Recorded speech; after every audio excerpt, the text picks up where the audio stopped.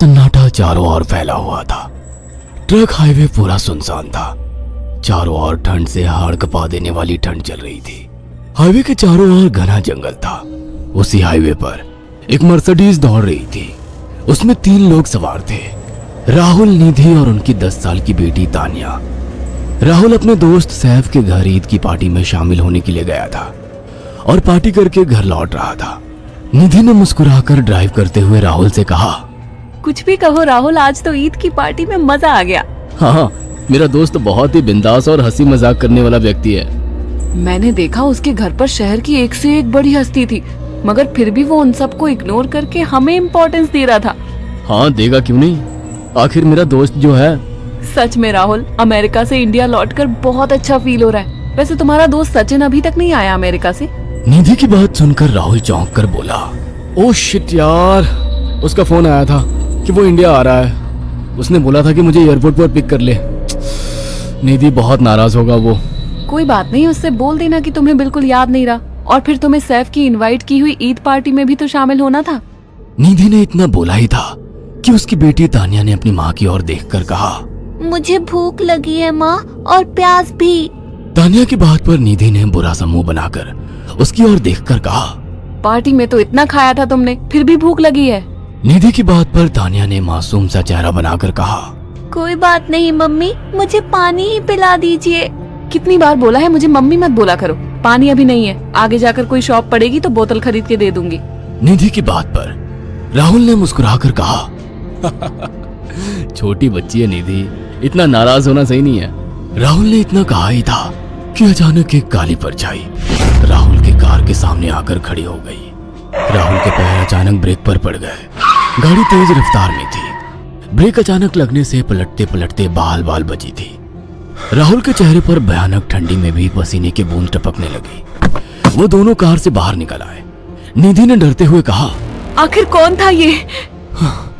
ऐसा लगा जैसे कि कोई भयानक काली परछाई मेरे कार के सामने आकर खड़ी हो गई हो। वह दोनों काली रात के सन्नाटे में इधर उधर देखने लगे। तभी निधि को एक घने पेड़ के पास दो चमकीली हुई आंखें दिखाई दी। उसकी आंखें बिल्कुल भेड़ियों की तरह लग रही थी। निधि ने चीखते हुए राहुल से कहा, राहुल देखो कौन है वो, जल्दी से गाड़ी में बैठो, मुझे बहुत डर लग रहा है। राहुल ने उस तरफ देखा तो उसके रोंगटे खड़े हो गए।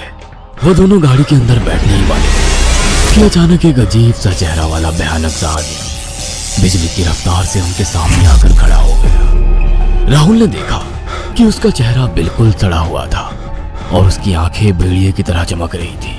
उसके लंबे लंबे बाल उसके कंधे तक आ रहे थे और उसके दांत भेड़िए की तरह बाहर की ओर निकल रहे थे। हाथों की जगह नुकीले पंजे थे। राहुल को देखकर अजीब से अंदाज में हंसने लगा, मगर जैसे ही राहुल की नजर उसके कपड़ों पर गई, राहुल की आंखें फटी की फटी रह गई। वो हकलाते हुए बोला, भाईजान, भाईजान, मुझे माफ कर दो, मुझे छोड़ दो।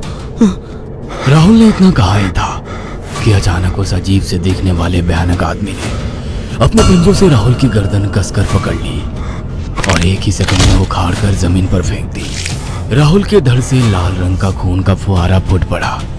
इस भयानक मंजर को देखकर निधि के गले से एक जोरदार चीख निकल गई।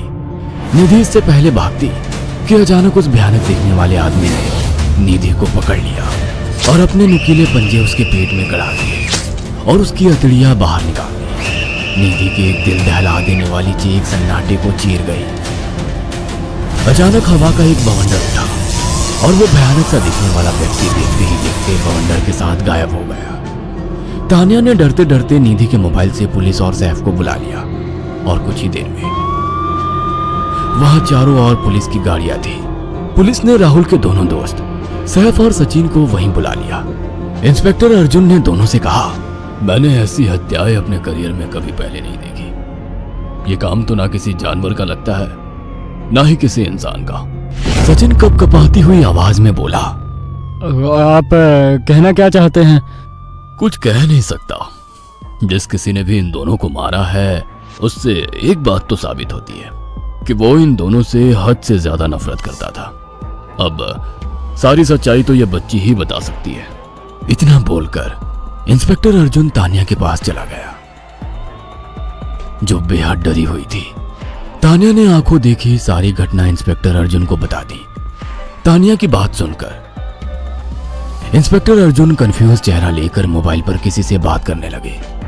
सचिन इंस्पेक्टर के पास आ गया और सैफ भी डरता हुआ इंस्पेक्टर अर्जुन के पास आकर बोला, क्या हुआ इंस्पेक्टर? तानिया ने क्या बताया? उसने जो बताया वो काबिले यकीन नहीं है। उसकी बात पर किसी भी तरह से यकीन नहीं किया जा सकता। फिर भी कुछ तो बताया इंस्पेक्टर। हाँ, उस बच्ची के मुताबिक एक भूत ने निधि और राहुल को बड़ी बेदर्दी से मारा है। इंस्पेक्टर की बात सुनकर दोनों बुरी तरह से चौंक गए। क्या मतलब है इस बात का? बच्ची बेहद डरी हुई है। हम आगे की तफ्तीश जारी रखेंगे। निधि और राहुल तो चले गए, अब तानिया को मैं रख लूंगा। नहीं, राहुल मेरा अच्छा दोस्त था। तानिया अब मेरे साथ रहेगी। देखिए, बच्ची के माँ बाप अब इस दुनिया में नहीं है और आप दोनों भी शादीशुदा है। मुझे नहीं लगता कि आप दोनों बच्ची की सही से देखभाल कर सकते हैं। मेरी कोई औलाद नहीं है।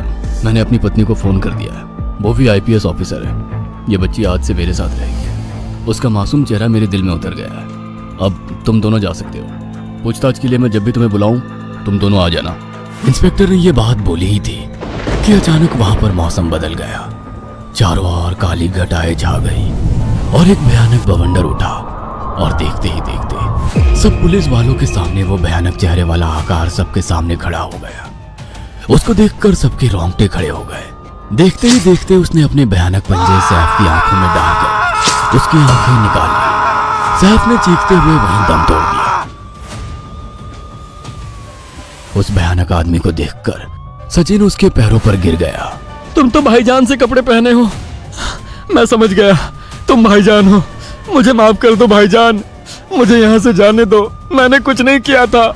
वह भयानक चेहरे वाला गुर्राते हुए बोला, बता इन सबको कि ये सब इतनी भयानक मौत क्यों मरे। सचिन दौड़ता हुआ इंस्पेक्टर अर्जुन के पास गया और बोला, मैं जानता हूँ इसने इन तीनों को क्यों मारा। इसका नाम भाईजान था। जब ये जिंदा था ये किसी का भाई किसी की जान था। बहुत साल पहले ये हम सबका बहुत अच्छा गहरा दोस्त और बिजनेस पार्टनर था। ये सबकी बहुत मदद किया करता था। इसकी प्यारी सी बेटी थी तानिया, जो इस वक्त कार के अंदर बैठी हुई है। ये इसी की बेटी है। भाईजान अपने सारे पैसों से एक बहुत बड़ा हॉस्पिटल खोलना चाहता था जिससे गरीबों का मुफ्त इलाज किया जा सके, मगर हम तीनों इसके लिए तैयार नहीं थे। हमारी नीयत उसकी दौलत पर खराब थी और एक दिन हम सब धोखे से ईद के दिन भाईजान को यहाँ ले आए और इसे मारकर फेंक दिया। तो फिर तुम सबने इसकी बेटी को क्यों जिंदा छोड़ दिया? हमें बाद में पता लगा कि भाईजान ने सारी जायदाद अपनी बेटी के नाम कर दी है, इसीलिए हमने भाईजान की पत्नी को भी मार दिया। और तानिया का तुम 18 साल की उम्र पूरी करने का इंतजार कर रहे थे ताकि सारी जायदाद अपने नाम करा सको और बाद में उसे भी ठिकाने लगा सको। इसी के लिए तुम दोनों इस मासूम बच्ची को अपने साथ रखने की जिद कर रहे थे। जी, आपने बिल्कुल सही कहा। हम तानिया को भी इसी जगह लाकर मार देते। सचिन की बात सुनकर इंस्पेक्टर अर्जुन की आंखों में खून उतर आया। इंस्पेक्टर अर्जुन के कुछ कहने से पहले ही भाईजान बिजली की रफ्तार से इंस्पेक्टर अर्जुन की आंखों के सामने से सचिन को पकड़कर ले गया और उसके शरीर के टुकड़े टुकड़े कर दिए और हवा में उठे एक तेज बवंडर के साथ गायब हो गया। सारी घटना इंस्पेक्टर अर्जुन की आंखों के सामने हुई थी।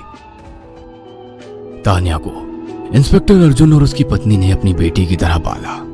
अगर आप